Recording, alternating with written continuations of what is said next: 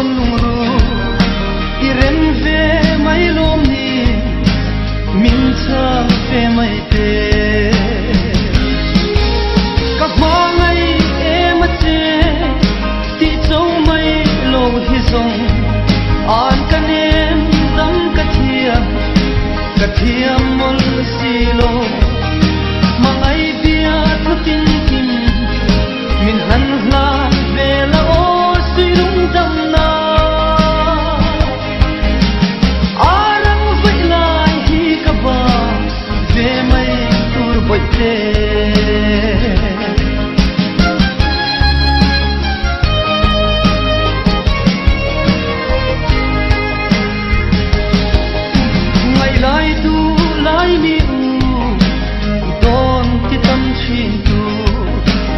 ren ve mai lom ni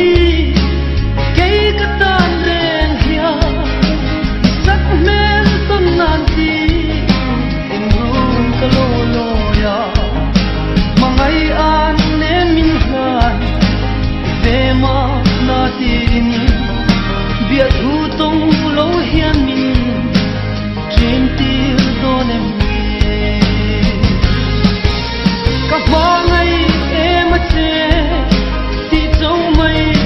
hi song an kanen dam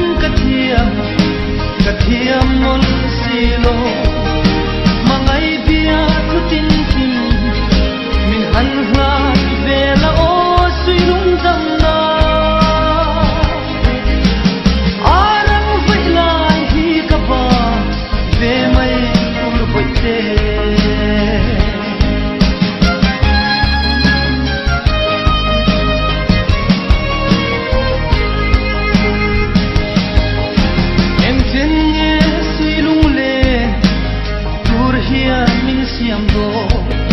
run hun le hun sai min tiam ve to mai ro chung chor khapui en le sigar le song te khi mangai shian reng nan min tiam ve to zokla eng chen po itam chuan